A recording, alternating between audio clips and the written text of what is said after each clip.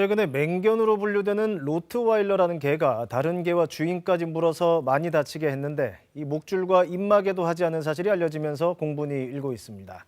이 반복되는 개물림 사고, 견주들의 책임을 더 강하게 물어야 한다는 목소리가 커지고 있습니다. 정지주 기자입니다.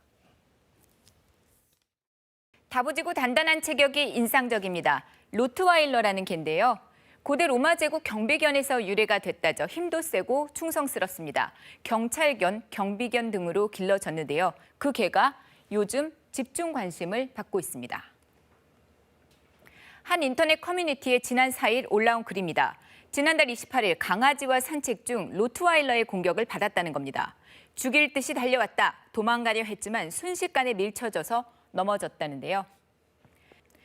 자신의 강아지 배를 물었다죠. 그것 떼어내려다 본인도 이렇게 큰 상처를 입었습니다. 사고 당시 로트와일러는 목줄과 입마개를 하지도 않았다는데요.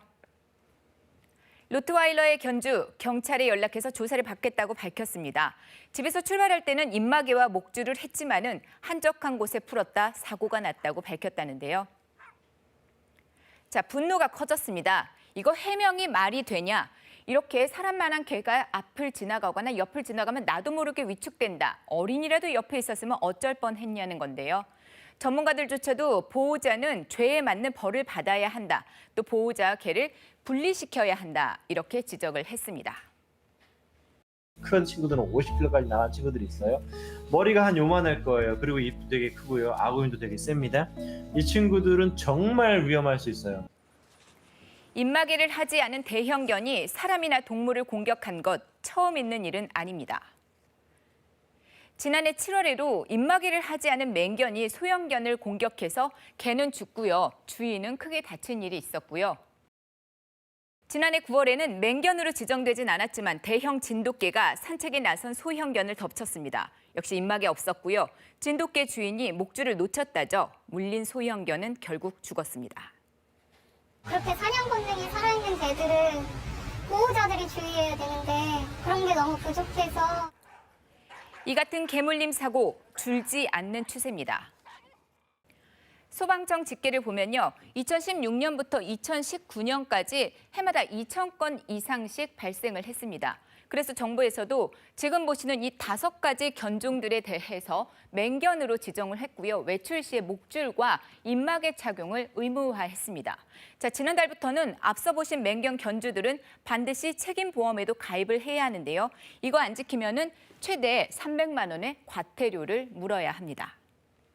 만약에 제가 로트와일러를 기른다면은 저는 어렸을 때부터 사회화를 시키기 위해서 노력을 할 거고 입마개 교육을 무조건 시킬 거예요. 무엇보다 견주의 책임이 중요하다는 얘기입니다. 외국의 경우 이런 일이 생길 때는 가혹 갈 정도로 제재가 가해진다는데요. 주마다 다르지만 만약에 한 번 정도 사고를 쳤다, 그러면 잠재적 위험견으로 등록이 돼요. 엄청난 의무가 부여됩니다. 세금도 많이 내야 되고요. 이 사고가 몇 번 이어진다라고 하면 압수를 하거나 안락사까지 가는 경우가 있는 거죠. 2019년 기준으로 등록된 반려견이 209만 마리입니다. 이 가운데 맹견은 4천 마리에 불과합니다. 지정된 맹견이 아니어도 개물림 사고 얼마든 일으킬 수 있습니다. 그래서 정부도 개물림 사고가 잦은 견종을 선별해서 입마개 교육, 또 안락사까지 명령할 수 있는 법안을 추진하기로 했다는데요. 자, 세상에 나쁜 개는 없어도 위험한 개는 분명 있다고 합니다. 견주들의 책임이 더욱 무거워졌습니다. KBS 뉴스 정지주입니다.